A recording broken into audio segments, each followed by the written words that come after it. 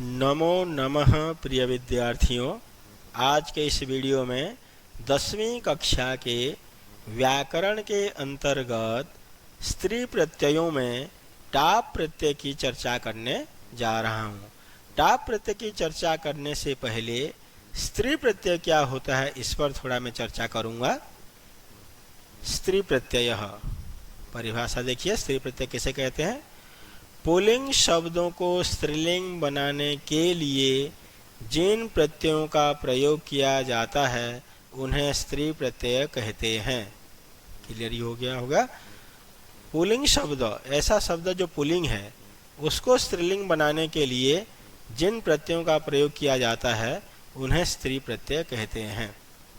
स्त्री प्रत्यय 3 प्रकार के होते हैं। कितने प्रकार के होते हैं? 3 प्रकार के होते हैं। पहला है टाप प्रत्यय, दूसरा है ङिप प्रत्यय और तीसरा है ङिस प्रत्यय। किंतु प्यारे बच्चों, यहाँ मैं केवल टाप और ङिप प्रत्ययों की ही चर्चा करूँगा, क्योंकि यही टाप और ङिप प्रत्यय ही आपके सिलेबस में है। ङिस प्रत्यय आपके सिलेबस से बाहर है, ङिस प्रत्यय आपके सिलेबस में नहीं है। किंतु इस वीडियो में मैं सिर्फ टाप प्रत्यय की ही चर्चा करूंगा। ङिप प्रत्यय के लिए तो मैं फिर एक दूसरा वीडियो और बनाने वाला हूं। तो आइए देखते हैं टाप प्रत्यय क्या है। अकारांत, आप लोग पढ़ चुके हैं। अकारांत क्या है? षष्ठी कक्षा से आप लोग पढ़ते आ रहे हैं। जिस शब्द के अंत में अ होता है वो अकारांत कहलाता है। जैसे बालक, अश्व, मयूर, राम, म में अ है तो ये सब अकारांत है। तो जिन शब्दों के अंत में अ होता है वो होता है अकारांत। तथा अजादि, यहाँ संधि हो गई है, अजादि, अच प्लस आदि। अच मतलब होता है स्वर। संस्कृत में स्वरों को अच बोलते हैं। तो अच का जो च है उस च को ज हो गया, जस्तो संधि के नियम से अजादि। अर्थात जो शब्द स्वर से प्रारंभ होते हैं उन्हें अजादि कहते हैं। तो अकारांत तथा अजादि पुल्लिंग शब्दों को स्त्रीलिंग बनाने के लिए टाप प्रत्यय का प्रयोग किया जाता है। परिभाषा क्लियर हो गया होगा। अकारांत तथा अजादि पुल्लिंग शब्दों को स्त्रीलिंग बनाने के लिए टाप प्रत्यय का प्रयोग किया जाता है। दूसरा पॉइंट, टाप में से आ बचता है। इसमें से सिर्फ आ की ही मात्रा बचेगी। प तथा ट का लोप हो जाएगा। पाणिनि व्याकरण के सूत्रों के नियम से ट और प का लोप हो जाता है, केवल आ की मात्रा ही बचती है। तीसरा पॉइंट, टाप प्रत्यय लगाने के बाद उस शब्द का रूप स्त्रीलिंग में बालिका के समान या लता के समान चलता है। जब हम टाप प्रत्यय लगा देंगे उसके बाद वह शब्द स्त्रीलिंग में चलेगा। और स्त्रीलिंग में हम लोगों ने बालिका और लता का रूप याद किया है, तो बालिका चाहे लता के समान उसका रूप चलाना पड़ता है। टाप, टाप में से आ बचता है। उदाहरण को देखेंगे। अज प्लस टाप। अज मतलब होता है बकरा, और इसमें जब टाप में से आ जोड़ देंगे तो बन जाएगा अजा।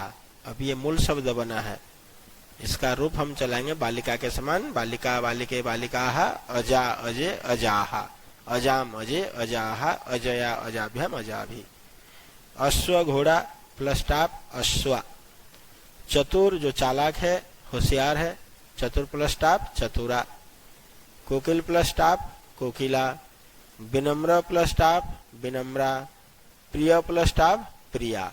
तो ये जो अजा, अश्वा, चतुरा, कोकिला, विनम्रा, प्रिया, ये सब के सब प्रत्यय, ये सब के सब शब्द, इनमें टाप प्रत्यय का प्रयोग किया गया है। ये जितने भी शब्द आप देख रहे हैं इन सारे शब्दों में टाप प्रत्यय का प्रयोग किया गया है। एक तो ये नियम है। दूसरा नियम है, जिन शब्दों के अंत में क अक्षर होता है उन्हें स्त्रीलिंग बनाने के लिए क से पहले जो अक्षर होता है उस अक्षर में ई लगाकर टाप प्रत्यय लगाया जाता है। ध्यान से देखिएगा इसको। जिन शब्दों के अंत में क, जैसे यहाँ पे आ गया बालक, अंत में क है, स्वर को नहीं मानेंगे, सिर्फ व्यंजन को मानेंगे क। तो जिन शब्दों के अंत में क अक्षर होता है उन्हें स्त्रीलिंग बनाने के लिए ऐसे शब्दों को जिनके अंत में क अक्षर होता है ऐसे शब्दों को स्त्रीलिंग बनाने के लिए क से पहले जो अक्षर होता है, अब क से पहले यहाँ पे ल है तो इस ल अक्षर में ई लगाकर तो बाली, बालक का बाली और टाप का आ बन करके बालिका बन जाएगा। बालक बालिका, गायक गायिका। धावक प्लस टाप धाविका, टाप में से आ बचेगा और क से पहले वाले अक्षर में ई की मात्रा लग जाएगी धाविका। लेखक क अंत में है, टाप में से आ, क में आ मिल जाएगा का और क से पहले अक्षर ख है, ख में ई की मात्रा लेखिका। ये जो दो उदाहरण मैंने नीचे दिया है इसको जरा ध्यान से देखिए बच्चों। चटक प्लस टाप, चटक मतलब मेल चिड़िया और चटका मतलब फीमेल चिड़िया। यहाँ पे देखिए टाप में से आ की मात्रा तो लगी किंतु ट में ई की मात्रा नहीं लगी है, तो ये दो शब्द ऐसे चटक और एड़क, इन दोनों में ई की मात्रा नहीं लगेगी। एड़क मतलब भेड़, एड़का फीमेल भेड़। अभी देखिए बच्चों मैंने उदाहरण यहाँ पे 7 दिए हैं और किस प्रकार से आपको एग्जाम में प्रश्न पूछा जाता है उसी को मैंने यहाँ पे सॉल्व करने का या उसी का सॉल्यूशन करने का मैंने ये पूरा प्रयास किया है। रमा चतुरा अस्ति, रमा डैश अस्ति, जैसे एग्जाम में पूछता है रमा डैश अस्ति, यहाँ पे आप को दे देगा ब्रैकेट में चतुर प्लस टाप या फिर ऐसे जो 3 ऑप्शन है इस तरह के 3 ऑप्शन दे देगा। चतुरा, चतुरे, चतुराह, 3 ऑप्शन दे देगा। उन तीनों में से जो सही होगा उसी को छांटना पड़ता है। तो रमा डैश अस्ति, रमा डैश है चतुर प्लस टाप, मूल शब्द बन जाएगा चतुरा। रमा एक वचन है, अस्ति क्रिया भी एक वचन है, इसलिए बन जाएगा ये चतुरा। रमा चतुरा अस्ति। तत्र तिस्रः डैश चरन्ति, तत्र वहाँ तिस्रः 3 डैश चर रहे हैं। अब यहाँ पे लिया है अजा, अजय और अजाहा, 3 ऑप्शन है, तीनों में से कौन सा लगना चाहिए? नहीं, यहाँ पे चरंती बहुवचन क्रिया है तो इसीलिए यहाँ पे बहुवचन आ जाएगा अजाहा।